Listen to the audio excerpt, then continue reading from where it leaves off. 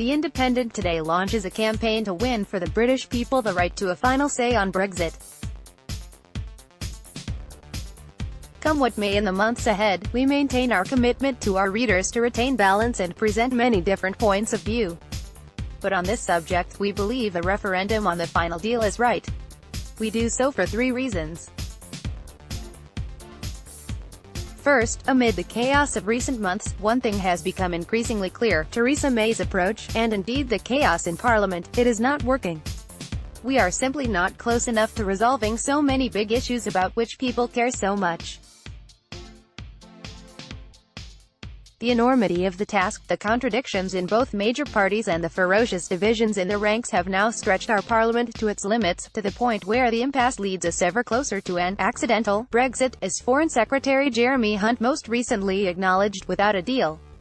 Second, sovereignty rests with the people. The people should have the opportunity to finish what they began, to pause and consider whether they still want to go ahead with the Brexit course we're on, just as they would any other major decision in their lives. Third, while there are questions about the validity of another referendum, shouldn't the original outcome be delivered? We clearly know more now than we did in 2016, amid such deeply flawed campaigns on both sides. Ignoring these shortcomings and plowing on regardless is a far bigger problem for democracy. Faced with the current turmoil in our politics, and with dangers ahead coming into focus, it is surely undemocratic to deny people a chance to express their opinion. A fresh Brexit. What happens if UK leaves the EU with no deal? There is just a chance too that a new referendum would provide a form of healing for a divided nation, the indisputable closure we all crave. Clarity may emerge. At the very least, it could reassure the losing side, whichever that may be, that the country had a chance to have its say on the final deal that is offered, rather than on the original, opaque principle alone of exit from the EU. We do not have to look for long to find examples of the failures of the current process. Parliament is deadlocked. Such is the challenge in getting anything through that last week Ms. May only managed to overcome the latest attempted rebellion by drawing on the sort of skullduggery, in the infamous vote pairing scandal, that left her own MPs feeling ashamed. After the long summer recess that is now upon us, there will be more knife-edge divisions in the Commons and more amendments to legislation. Some will no doubt indulge in the same sort of politicking, the votes will be tight, accidents will happen, chief whips may make honest mistakes about arrangements for members of parliament on maternity leave.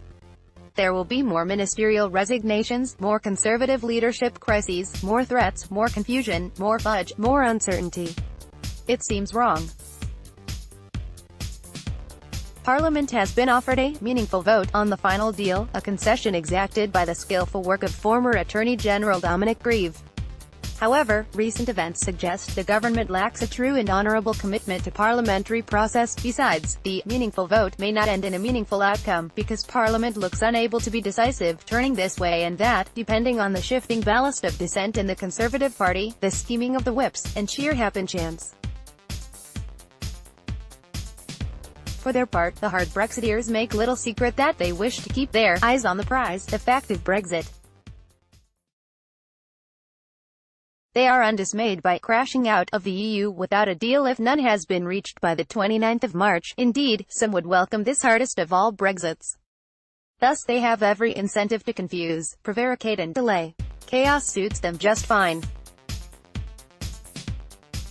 They would allow the people of the UK to endure the cost, vast economic disruption, a possible return to the troubles in Northern Ireland and, some claim, a state of emergency, as long as it allows them to achieve their own goal. The British people decided to pursue our course in the referendum of 2016, so as we now look for a decision on whether we will like the deal agreed with the EU, assuming there is one, it is natural that those same people should have the final say.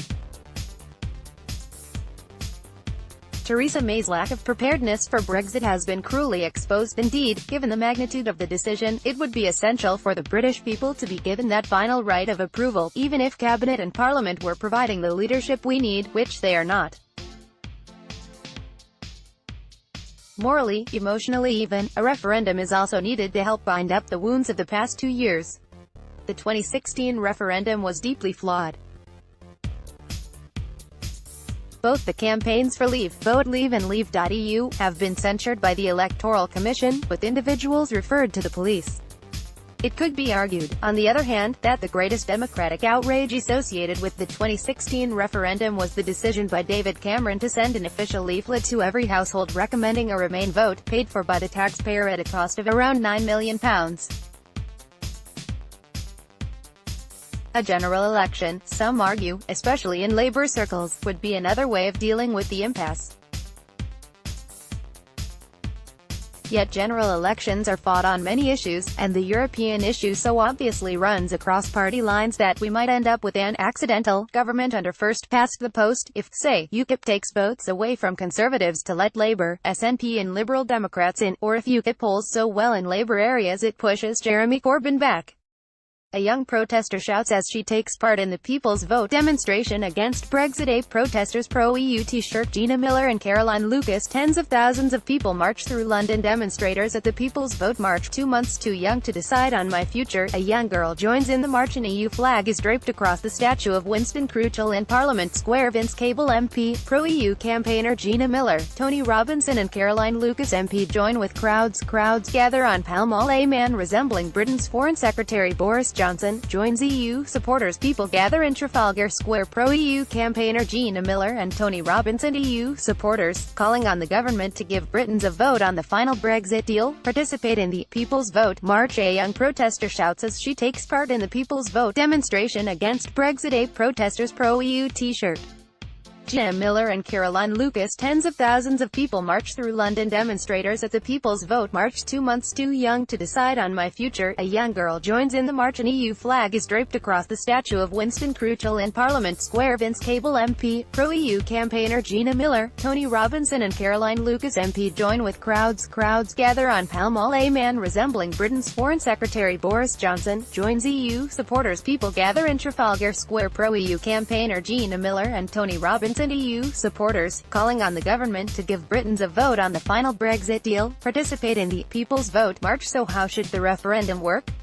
What should the question on the ballot paper ask? What voting system should be used? These are all important issues, and we will be returning to them in the weeks ahead.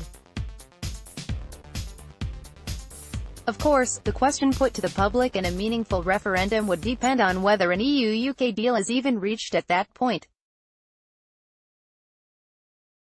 If there is no deal on offer, the ballot paper would be simple, a choice between leaving the EU with no deal, or staying in the EU.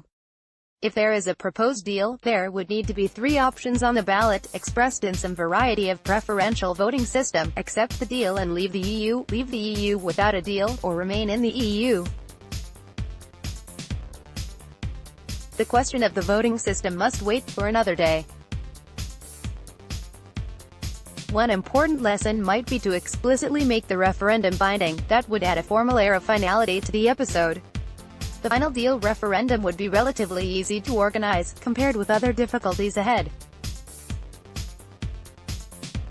Should an extension to the Article 50 period be needed to facilitate it, so be it. What is a few months compared with the forever that follows them? The author Robert Harris put the case for a final deal referendum differently in a recent tweet: strongly suspect there will be second referendum, not for any noble reason, but because MPs will desperately want to hand the screaming, defecating, vomiting baby back to its parents, the electorate. Like changing a baby, the process of a final deal referendum will be messy, but necessary. Much better than the alternative. Our politicians have hardly covered themselves in glory since the 2016 referendum. It's time to let the people take back control.